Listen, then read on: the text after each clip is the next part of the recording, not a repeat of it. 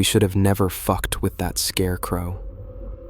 That's the thought that keeps me up every Halloween night. I can still see that crooked grin when I close my eyes, stitched too wide, sagging under the weight of something that was never human.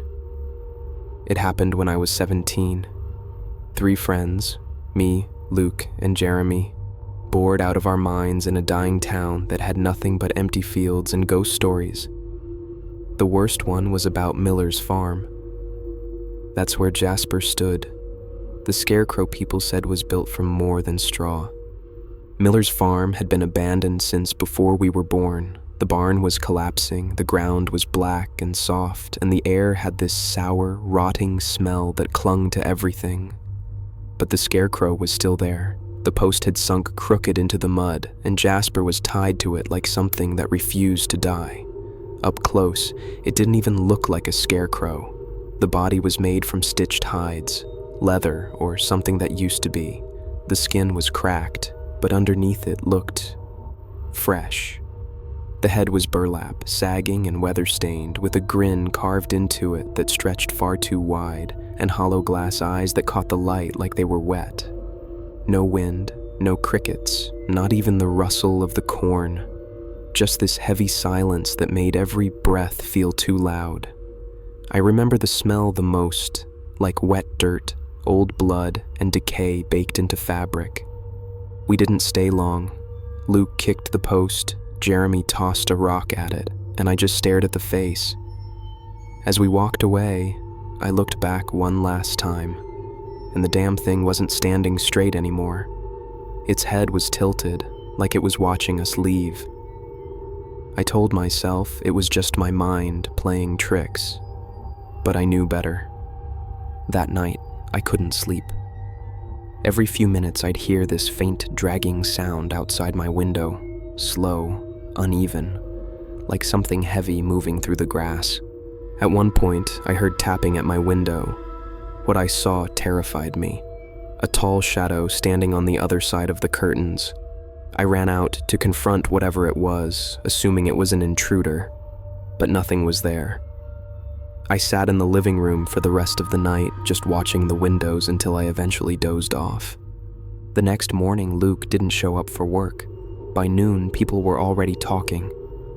They found him in his family's barn, his body nailed to a beam, his insides replaced with straw. Over his head was a burlap sack with that same wide grin carved into it. The cops said they'd never seen anything like it, that it was one of the most disturbing scenes they'd ever come across. They called it a ritual, said whoever did it knew exactly what they were doing, but I knew who or what it was. Jasper had come down from his post. After Luke's funeral, Jeremy started losing it. He said he felt like something was following him, that he could smell that same rotting odor every time he left his house. A week later, he was gone too. They found his truck by the Miller property. The driver's door was open, keys still in the ignition. When they searched the field, there was a new scarecrow standing in the middle of it. Fresh clothes, a familiar build, and eyes that looked far too human. I left town not long after, but it didn't matter how far I went. Every Halloween, I still see him. Sometimes it's from my window, sometimes it's in the reflection of my phone screen. That same slouched figure, the same stitched grin, and the same glass eyes catching just enough light to let me know he's still out there.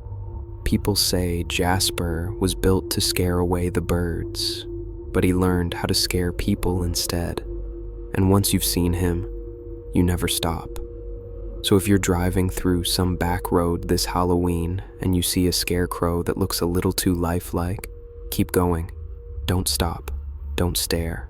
And whatever you do, don't say his fucking name.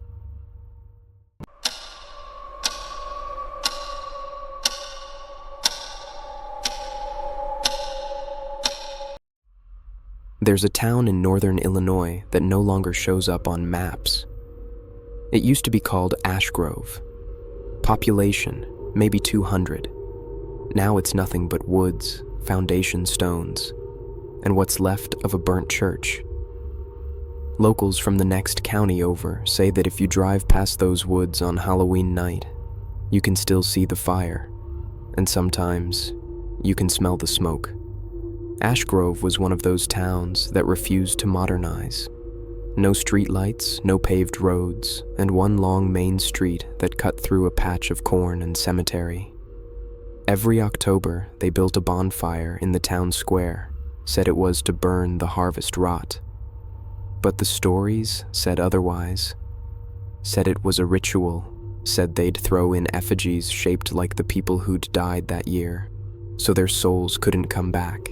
Then, one Halloween, a storm rolled through. Lightning hit the church steeple, set it ablaze. The wind carried burning debris across town, and by morning, the whole place was gone. They found bodies in the well, faces charred, but grins carved into the skin. No one rebuilt, but that's not the creepy part. A few years later, people started talking about phantom bonfires. Hunters said they saw orange light flickering deep in the trees. Kids dared each other to drive down the old access road and record it. Only one video ever surfaced. It showed a dirt clearing where the ground looked blackened, and in the middle, a huge fire, but it wasn't burning anything. The flames just floated. Static washed out most of the footage, but for a few seconds, you could see something moving through the fire. Shapes that looked human, their bodies outlined in ash, their faces glowing white-hot. The guy who filmed it never uploaded again. His account was deleted. No one's heard from him since. Every Halloween, emergency calls still come in from that stretch of forest. Reports of smoke, of figures standing in the middle of the road, their clothes burning, but their bodies not catching fire. When first responders get there, nothing, no smoke, no heat, just the faint smell of soot and something sweet, like cooked sugar. Last year, a hiker live-streamed his trip through the area. At first, it looked normal. Fog, trees, the sound of crunching leaves. Then the camera started to shake. You could hear the wind howling, and through it, laughter. Not the kind that sounds joyful, the kind that sounds like breathing through burnt lungs. The stream cut out after he said one thing, that he saw people standing around a fire, their eyes glowing like coals. His account's still up, but the stream never reappeared.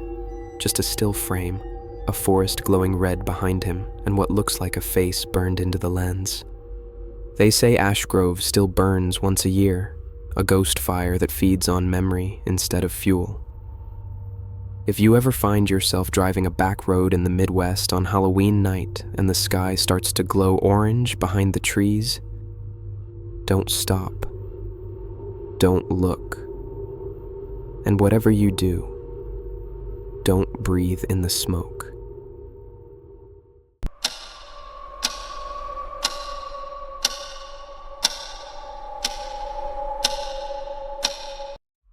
There's a stretch of back road in western Pennsylvania that people avoid after dark.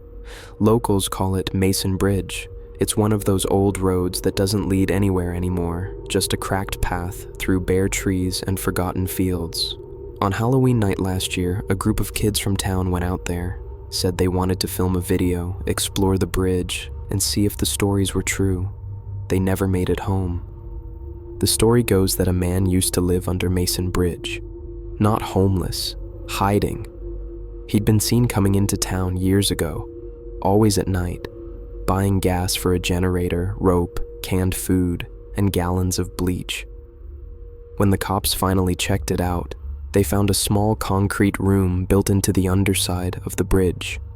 The walls were covered in symbols burned into the cement.